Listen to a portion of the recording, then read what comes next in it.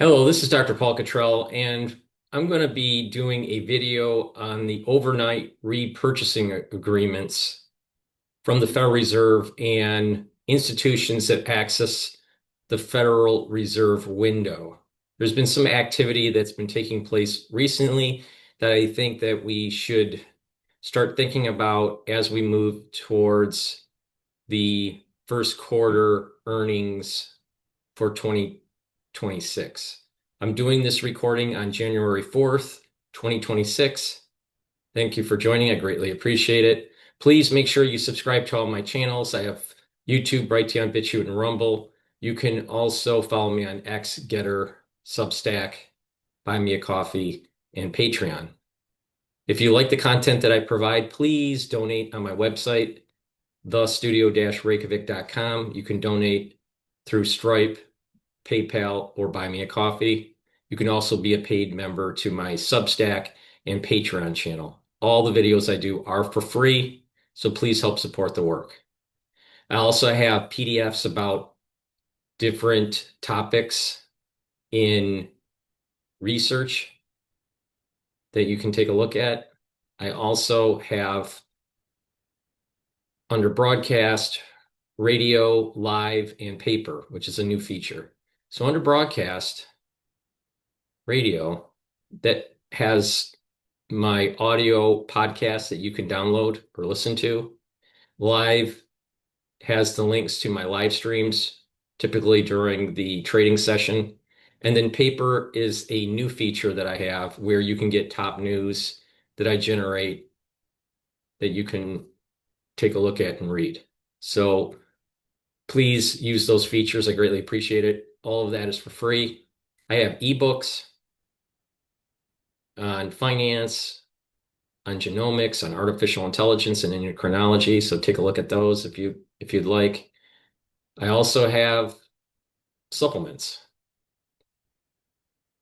You can get structural nanosilver supplements, structural nanosilver toothpaste, which will help to neutralize and improve your oral cavity. This is a very high quality toothpaste. Max 35 will boost up your immune system. It's a liquid. You take a teaspoon a day every day. The structural nanosilver gel, you apply it on your hands, around your mouth, around your nose, around your ears, lightly coat your nostrils. This will stay active for 5.5 hours. Very important to use during the winter season, but it also will help to improve your skin. If you have a cut or abrasion, it will help to heal that cut or abrasion quicker. Structural nanosilver soaps help to neutralize and help to improve the health of your skin. You can get it in charcoal tea tree, lemongrass, peppermint, and lavender. I also have structural nanosilver drops, very important to take during the winter season to help to neutralize. You can get them in blueberry, honey and lemon, and cherry. I also have cleanse, which is 30 parts per million. You use it the same way as the Max 35 to help boost up your immune system and neutralize. And I have in stock the multivitamin. This multivitamin is easy to digest, and it has the multivitamins that will help with enzymatic activity so your cells perform properly. So you get vitamin A, vitamin C, D3, E, B1, B2, B3, B6, folate, B12, biotin. So please go to my, and many others, but please go to my store and get that multivitamin. It's a foundational part of the healthcare protocol. C60 is a very strong antioxidant. It is 1,000 times more potent than a molecule of vitamin C. You can get it in a 2 ounce, a 4 ounce, or an 8 ounce configuration. You can get it in extra virgin olive oil, avocado oil, or MCT coconut oil. And this will soak up free radicals, boost up your energy levels, improve the health of your mitochondria, improve your endocrine system, your immune system, help reduce plaque formation, and help with brain function. So by bringing down inflammation and bringing down free radicals, you're going to slow down the aging process and improve your organ systems. Boomer Boost, the boomer products. You can get it in vitamin D3 is super important, especially during the winter season. It helps to get rid of cells that are infected. It helps to get those cells to go into apoptosis. Vitamin D3 also soaks up free radicals, not free radicals, it soaks up calcium to help to build denser bone. So D3 is really important to absorb that calcium and build that bone density. So make sure you do resistance training. Vitamin C and magnesium will boost up that immune system, help with their skin health, and help with brain function. Magnesium is super important for brain function. Omega-3 will help your cardiovascular health, bring down inflammation, and help to control the lipid profile. Ashwagandha root helps with bringing down cortisol levels and controlling your blood glucose levels. Goodnight formula has tryptophan, melatonin, GABA, and passion flower to help you to get into 3 to 5 cycles of REM sleep and deep sleep, so you're consolidating memory and detoxifying your central nervous system. Probiotics, really important to take. That will help to reduce inflammation at the gut level, help to boost up your immune system at the gut level, improve your metabolism and brain function. Resveratrol helps with your skin. It helps to improve the basal layer of the skin. It also helps to soak up free radicals and improve the health of your mitochondria, so you're building up more ATP. Vitamin B complex also helps with cellular metabolism and boost up those energy levels and helps to protect neurons. Turmeric brings down inflammation and soaks up free radicals. That's very important to boost up the immune system. Magnesium and zinc boosts up the immune system and helps with brain function. Lignans helps with the immune system and endocrine system, brings down inflammation and soaks up free radicals. Collagen, this will help with your skin, your nails, and your hair, your cartilage, your joint health, your musculature, and bone density. Digestive enzyme complex, really important to take to be able to break up those carbohydrates, proteins, and lipids and reduce the stress on your pancreas. Clarity factor gets rid of that brain fog and it will help you to concentrate on tasks. You take this every day, you're going to improve your neuroplasticity. You're going to get positive neuroplasticity. You'll be able to think faster and you will have better memory. Olive leaf extract, dual purpose. It's going to bring down inflammation and soak up free radicals. That's going to help with your immune system and your cardiovascular system. Zeolite, this will help to get rid of heavy metals, toxins, and chemicals to improve your immune system and your endocrine system. Myotrol helps with the gene expression to build muscle. Do some resistance training. This is polyphenols, flavonoids, and lignans to help with the gene expression to build muscle and maintain muscle. Boomer Boost has 68 nutrients that will help to target different systems. Those systems are brain function, cardiovascular health, musculature, cellular metabolism. Taking Boomer Boost every day will help to slow down the aging process, and over time, you're going to be boosting up that immune system and endocrine system, and you'll have more vitality and a steady burn of energy. You'll notice by taking this within 72 hours that you have a steady burn of energy. Gladiator barley will help to build muscle, but also bring down inflammation, soak up free radicals, and detoxify your body. When you do that, you're improving your immune system and endocrine system. Heirloom barley is very similar to gladiator barley, but it doesn't focus on the strength building. It will detoxify your body, bring down inflammation, and soak up free radicals. Now, I have two new products here, the Super Strong Relief product and the Collagen product. Now, for collagen, it is used to be able to help renew your joints. So it's really good for joint health. As you get older, you start having soreness and problems with your joints. So it's going to help to restore the structure and help to manage some of the pain. Now, how does it work? All right, it's going to be focusing on bringing down inflammation. All right, and controlling what is called joint rust. All right, so it's going to help to control the MMP and the Ep4. Okay, so sometimes you have chronic pain, but that's because of inflammation. Well, if you bring down that inflammation, you're going to bring down that chronic pain. Now, it also helps to revitalize the actual joint, and that's through providing type 2 collagen and argan, ACAN. Okay. So it basically works. Okay. So you're restoring to help to restore, you're restoring the type 2 collagen, right? And ACAN to help to restore the joint.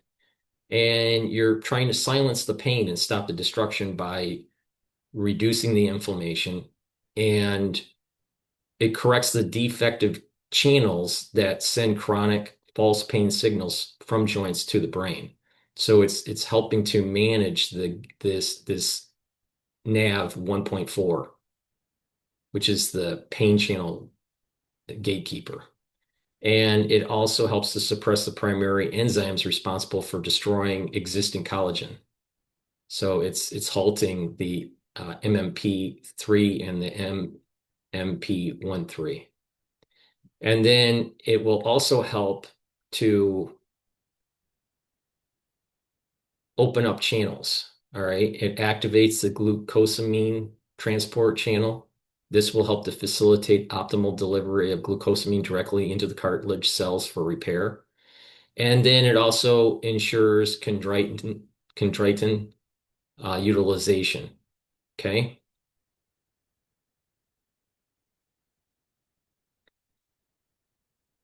So the whole point of taking collagen is to restore your joint health by bringing down inflammation, providing the collagen it needs,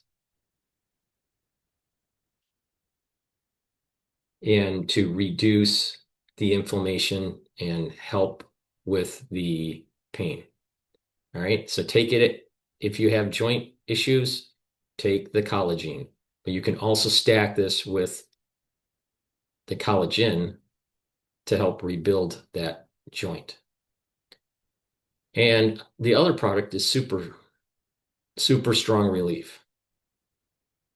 And what this will do is this help to stop the pain, the minor aches quickly.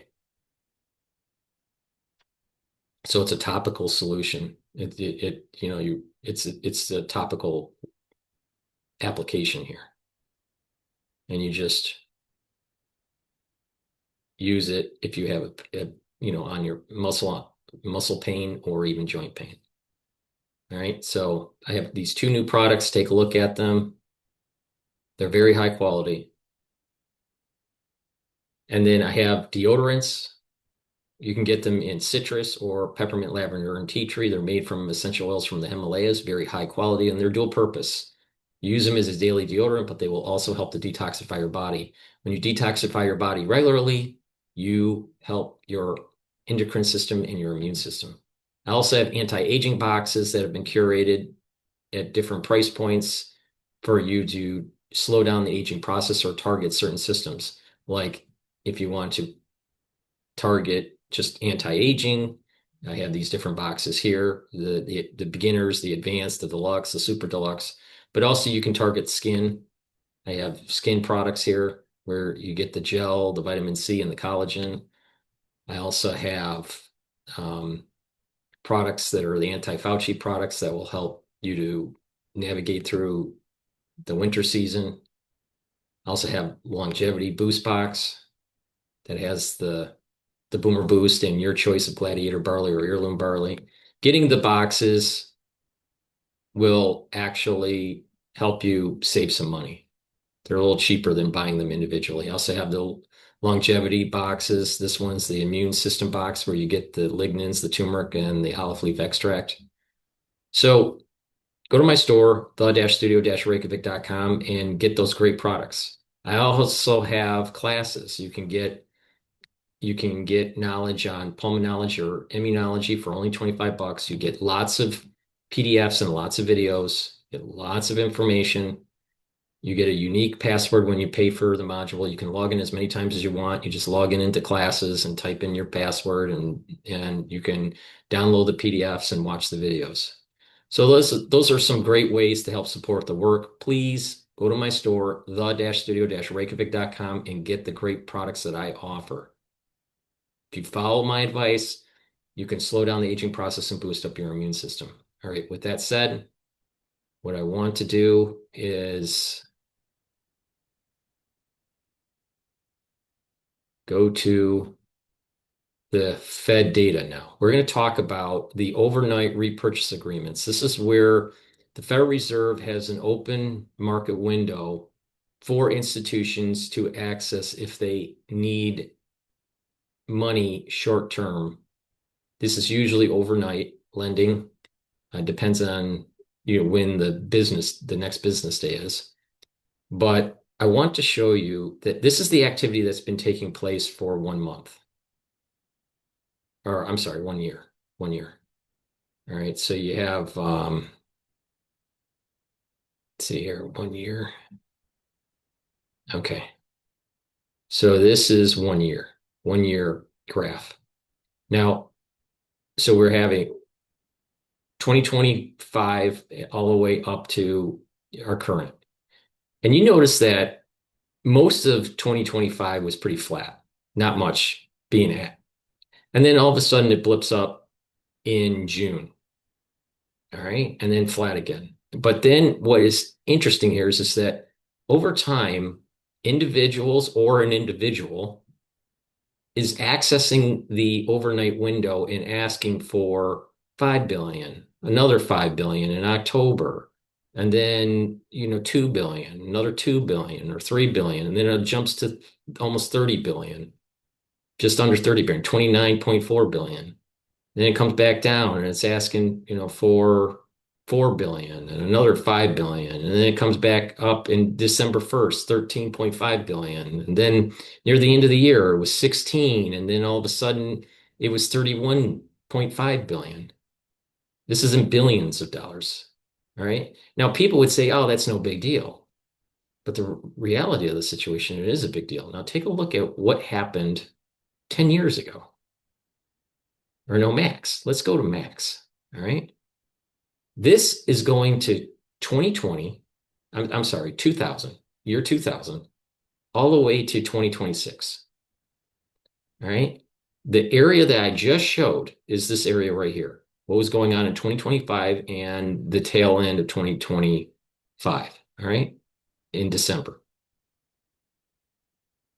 And you can see that you had 9/11, right? 9/11 was what was the 12th of 9/11 2001.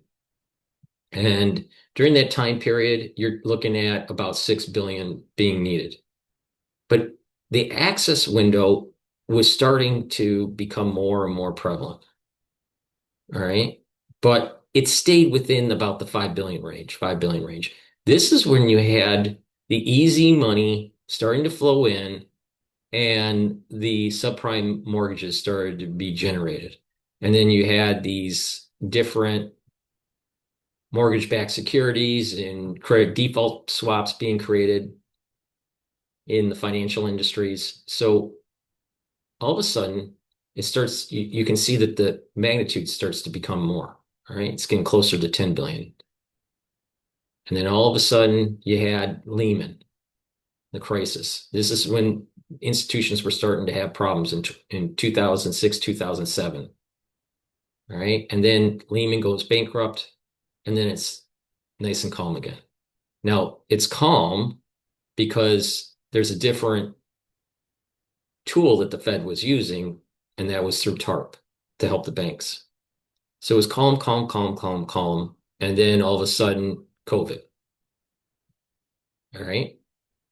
And what's interesting is near the tail end of the year, there was 61 billion in November of 2019. And then and then COVID originally officially hit the United States in January. In January, the tail end of January, beginning of February, tail end of January, but it was probably in the United States already. But the point here is that during that time frame of COVID, the bank window was accessed, and it was heavily accessed just before it officially hit the United States, which I think is very interesting. All right, it's as if they had some institutions had premonition of it. All right, but okay, but with that said, the point here is that access to the window was pretty high. It was at 61. And this is just treasuries. This is the treasury repurchase agreement. There's also a mortgage-backed security repurchase agreement. All right, so this is only part of the equation here. Some of these institutions were also providing the Federal Reserve with mortgage-backed securities to get money.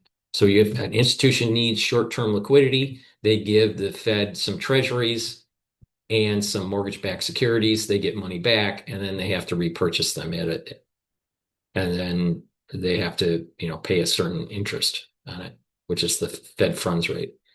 But okay, so what we have here is three major epochs. I'll call it the